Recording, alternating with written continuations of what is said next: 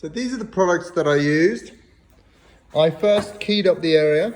This is a Chicago pneumatic little DA sander. I keyed it up with some 80 grit. I then added some plastic primer. Just put it on a rag and wiped it over, just let that soak in. I then moved on to the actual repair itself, and I used the Mix Plus Magic Stapler. This is definitely one of my favorite hot staplers on the market. It's rechargeable. It's got the little light on the front there so you can see where you're working, various different temperatures you can work at, and it comes with quite a few attachments. The staples I actually used were the V-shaped staples, just to hold the actual piece of plastic back in shape, and then I snipped them off, the excess, with a really nice pair of pliers, made in Germany, and then smoothed it out and sealed over any exposed staples using this little attachment that also goes on the end of that stapler. Finished it off, the staple, so there was no sharp edges with this is actually a Norton little die grinder. And then I actually used on this repair, and I'll talk about this a bit more, but it's the Fast Mover FMT 6315 ultra fast adhesive.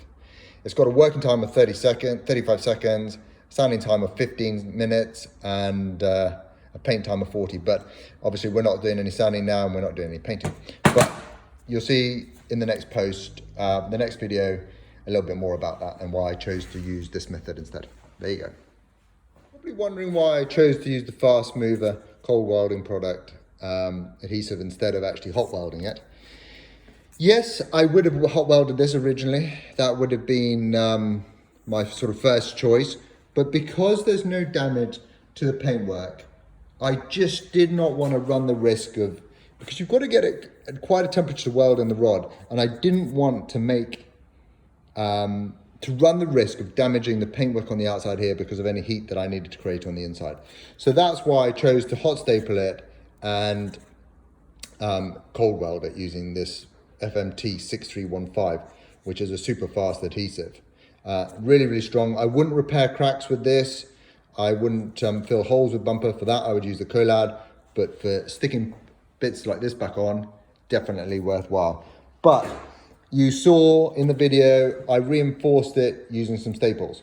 Now don't go mad with these things. You don't need to go mad. They're just there to hold it in place. The strength is actually going to come from the adhesive. So that's why, what did I do? 1, 2, 3, 4, 5 staples I think I put in, just so I could get it all lined up. And that's it. It's in place. It's not going to go anywhere. And I'm really, really happy with that. Now I can just put the rest of it back together. If you have any questions, you're more than welcome to DM them over to me. And as always, I'll answer them. Thank you.